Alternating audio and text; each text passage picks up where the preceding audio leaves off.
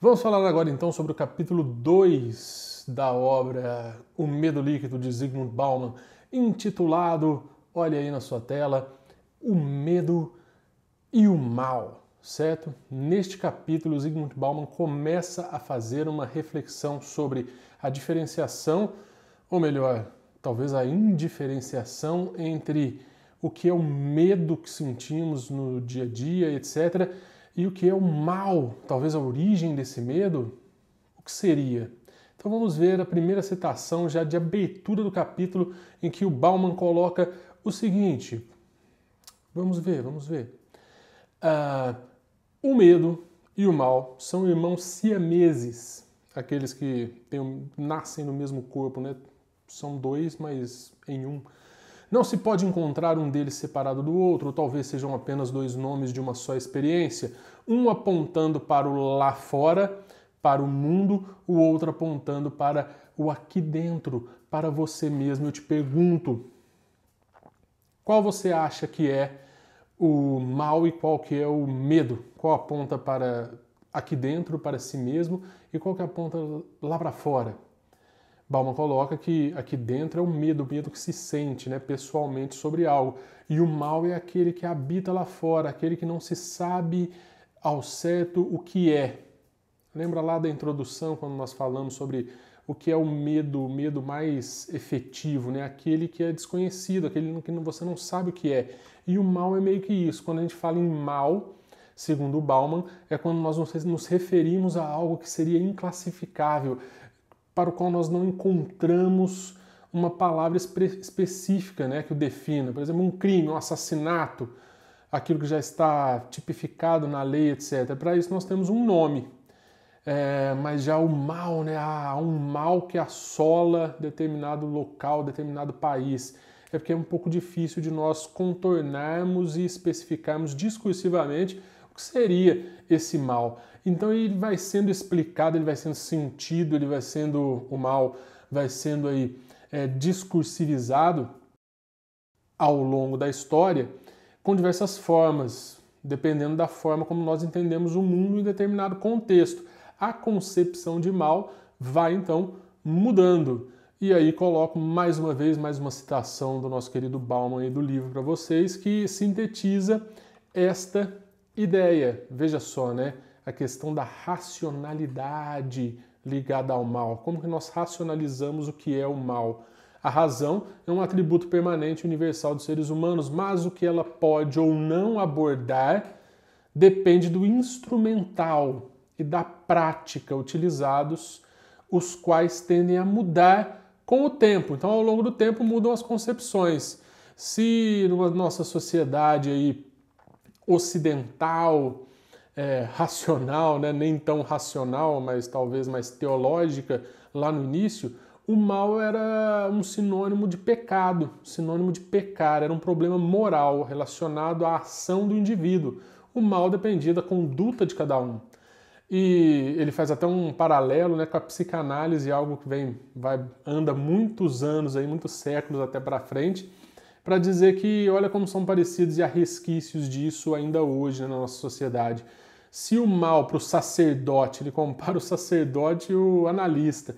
Para o sacerdote tinha que encontrar, né, uma atitude do mal que alguém deveria ter feito para gerar aí a consequência de maldade, né, no mundo, etc. Às vezes até as punições, o mal natural era visto como uma consequência das ações humanas. Para a psicanálise, não. O mal seria um trauma, estaria dentro de um trauma, né, seria as consequências de um trauma lá do passado.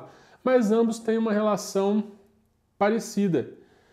É a irreversibilidade do mal. É algo passado, algo que não pode mais ser mudado, algo que está fora do alcance, como para a igreja seria o pecado original, e aí para o analista esse trauma, né, dentro da psicanálise, uma nova forma de se entender as coisas, para mostrar a diferença de como nós entendemos e vamos lidando com a coisa ao longo do tempo, dependendo do contexto histórico, da nossa racionalidade, dos instrumentos e práticas que temos ao nosso dispor.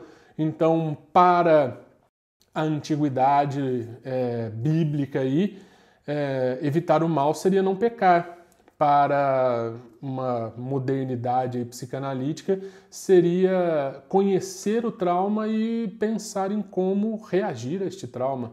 Ou será que dá para pensar, se não dá para pensar, e etc, né?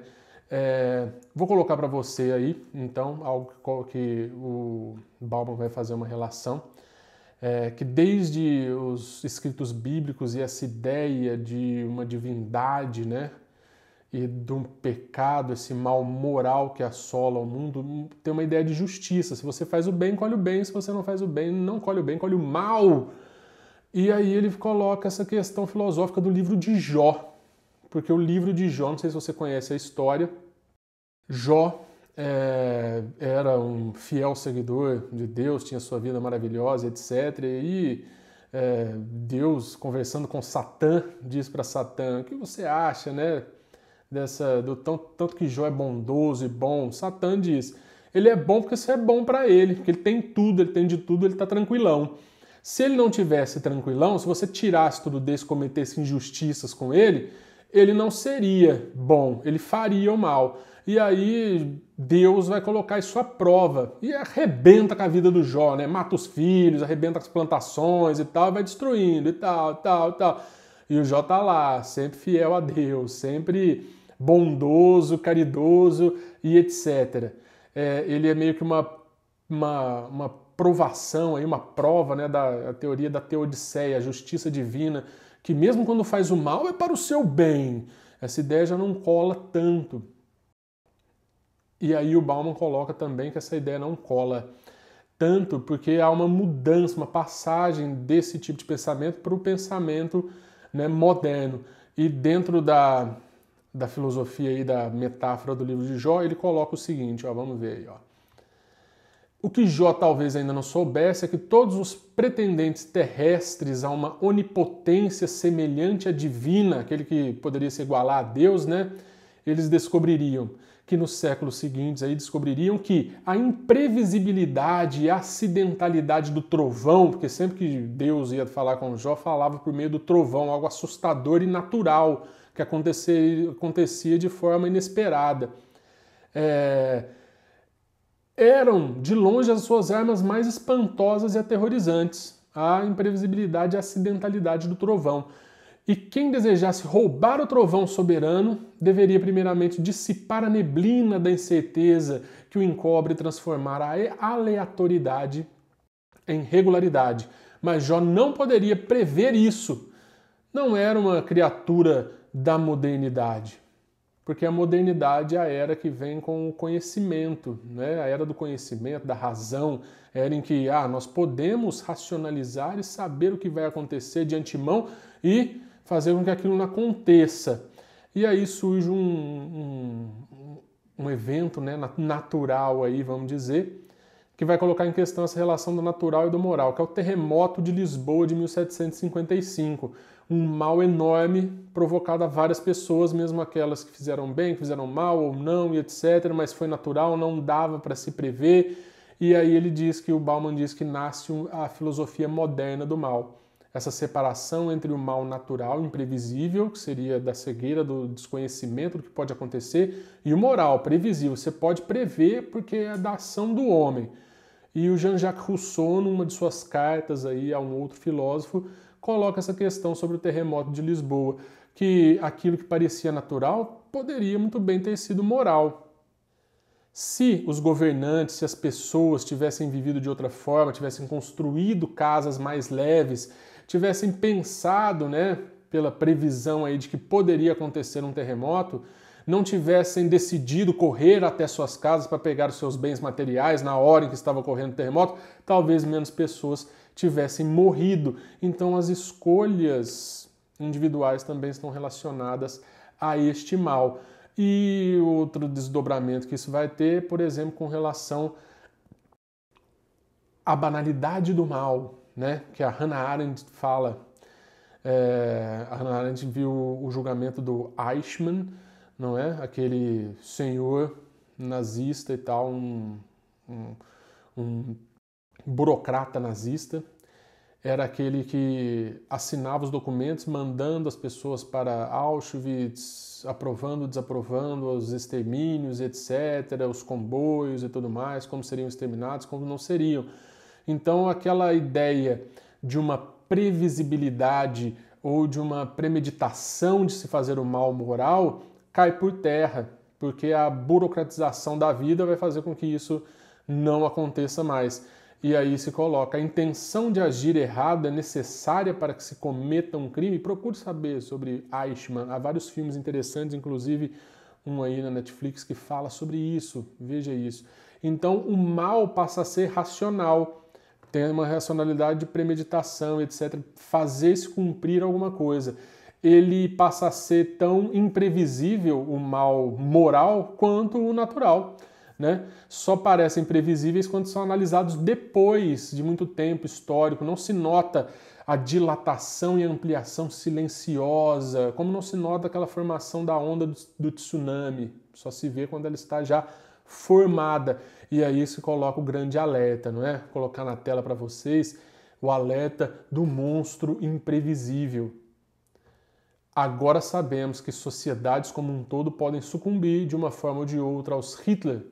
E também sabemos que só tomaremos conhecimento de que sucumbiram se vivermos o bastante para descobrir, se, em outras palavras, sobrevivemos à sua capitulação. Enquanto ocorre, é difícil da gente notar e saber que aquilo está crescendo e está tomando forma. Pense sobre os dias atuais aí, sobre os momentos em que vivemos. Será que isso acontece no mundo ou não acontece? Não há dúvida de que cada um de nós é capaz, potencialmente, segundo aí coloca Bauman, se tornar um monstro. Um monstro mora ao lado, pode ser qualquer um. Isso gera uma crise de confiança social na pós-modernidade. O mal pode estar oculto em qualquer lugar, basta haver condições adequadas e bum, vai surgir o mal, vai acontecer. E é preciso então manter-se à distância, parece ser o mais correto, ficar à distância, manter uma distância de segurança do outro, não é? As cidades, elas geram essa arquitetura do bunker, os condomínios fechados, com seguranças, câmeras, entram apenas as pessoas que podem, tal, um controle total nessa arquitetura do bunker, né? Ele cita aí, colocar a citação dele, esses prédios não se abrem para a rua, não dão de frente para as praças públicas, nem comemoram o poder político e econômico de uma cidade. É um fechamento em si. E isso vai gerar grandes problemas e repercussões para os vínculos humanos na sociedade pós-moderna. Como ficam os vínculos humanos em que não há confiança no outro mais? E aí, ó, vê só a citação do livro. As relações humanas não são mais espaço de certeza, tranquilidade e conforto espiritual. Em vez disso, transformaram-se numa fonte prolífica de ansiedade.